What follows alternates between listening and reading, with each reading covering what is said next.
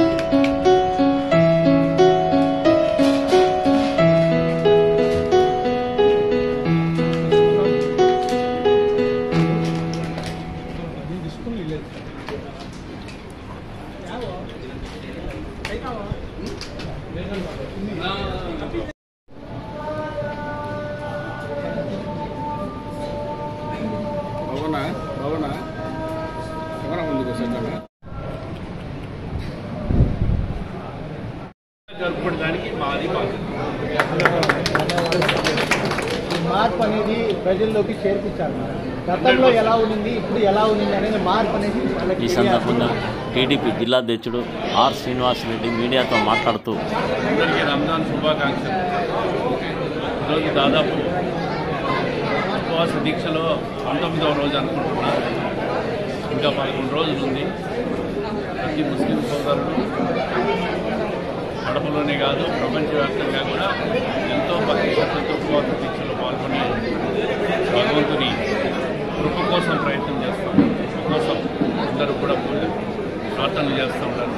వారికి అందరికీ కూడా రంజాన్ శుభాకాంక్షలు తెలుపుతూ అందరూ కూడా భగవంతుని దయతో ఆయుర ఆరోగ్యాలతో అందరూ చల్లగా ఉండాలని రేపు రంజాన్ రోజు కడప నగరంలో అన్ని రకాలుగా ప్రభుత్వ కార్పొరేషన్ వాళ్ళ చేతనే అన్ని 4 ఈద్గాలు, ప్రధానమైన 4 ఈద్గాలు కూడా ఏర్పాటు చేసి ఎవ్వరికి అసౌకర్యం కలగకుండా అన్ని రకాలుగా కార్పొరేషన్ వాళ్ళ చేతనే ఏర్పాట్లను చేయించి ప్రశాంతంగా ఆనందంగా పండుగ జరుపుకోవడానికి తెలుగుదేశం ప్రభుత్వంలో ఘనంగా ఏర్పాటు చేస్తున్నాం।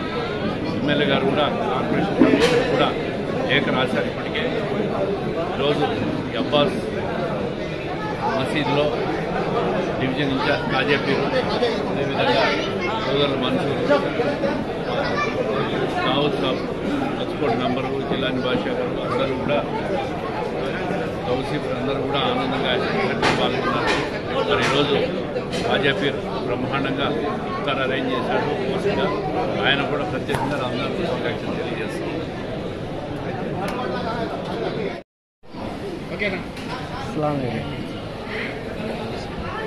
మీడియా మిత్రులకు అస్సలాము అలైకుం వరహ్మతుల్లాహి వబరకాతుహు. నమస్కారం. ఈరోజు పవిత్ర రంజాన్ మాసంలో 44వ డివిజన్లో ఖాజాపీర్ అనే నేను 44వ డివిజన్ ఇన్ఛార్జ్ మరియు నగర మైనార్టీ అధ్యక్షుడు ఆధ్వర్యంలో మజీద్ అబ్బాస్లో ఇఫ్తార్ విందు ఏర్పాటు చేయడం జరిగింది. ఈ విందులో మన కడప పార్లమెంట్ అధ్యక్షులు మరియు తెలుగుదేశం పార్టీ పోలిట్ బ్యూరో సభ్యులు రెడ్డప్పగారి శ్రీనివాసరెడ్డి గారు కూడా హాజరయ్యారు. ఇలాంటి ఇఫ్తార్ విందులు మత సామ్రాజ్యానికి ప్రతీకగా కడపలో అన్ని మసీదుల్లో జరుగుతుంది. ముఖ్యంగా మీ మీడియా మిత్రులకు తెలియజేయడం ఏమనగంటే, కడపలో ఏదైతే దుష్ప్రచారాలు జరుగుతున్నాయో మా ఎమ్మెల్యే గారి గురించి అయినా కూటమి ప్రభుత్వం గురించి అయినా కూడా దీనికి మేము ఒక ముస్లిం మైనార్టీగా దీనికి తీవ్రంగా ఖండిస్తున్నాను, వ్యతిరేకిస్తున్నాను. ఎందుకంటే మా కడప ఎమ్మెల్యే మాధవిరెడ్డి గారు మరి కూటమి ప్రభుత్వము ముస్లిం మైనార్టీలకు ఎంతో మేలు చేస్తూ ఉంది. మరియు కడపలో ఈ పవిత్ర రంజాన్ మాసంలో ముఖ్యంగా మసీదుల దగ్గర కానీ దర్గాల దగ్గర కానీ శుభ్రత గురించి, నీటి సదుపాయం గురించి, ఎలక్ట్రిసిటీ గురించి ప్రతి నిమిషము ఆమె ఆరాధిస్తూ ముస్లిం మైనార్టీలకు ఎలాంటి సమస్య చేయకూడదని ఆమె ప్రతి నిమిషము కార్పొరేషన్ సిబ్బందితో మాట్లాడి ఇలాంటి సమస్యలు ముస్లిం మైనార్టీలకి జరగకూడదని ఆమె ప్రతినిత్యము పోరాడుతూ ఉంది, కృషి చేస్తూ ఉంది.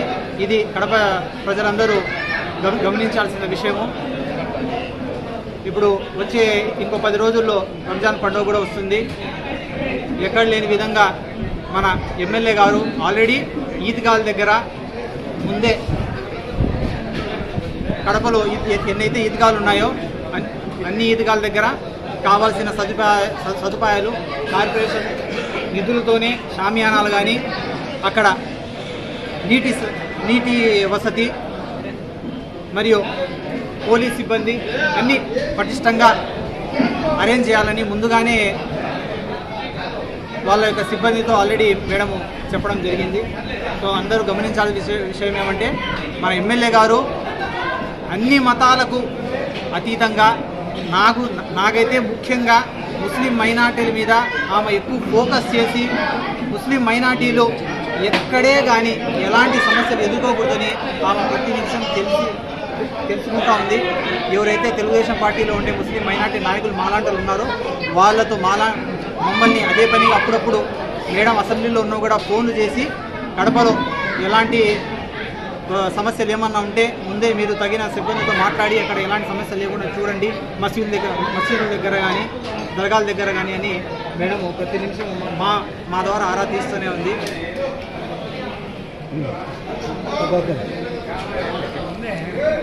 సో కడపలో మేము అందరము హిందూ, ముస్లిం, క్రిస్టియను అందరము కలిసి ఏకమత్యంగా ఉంటాము.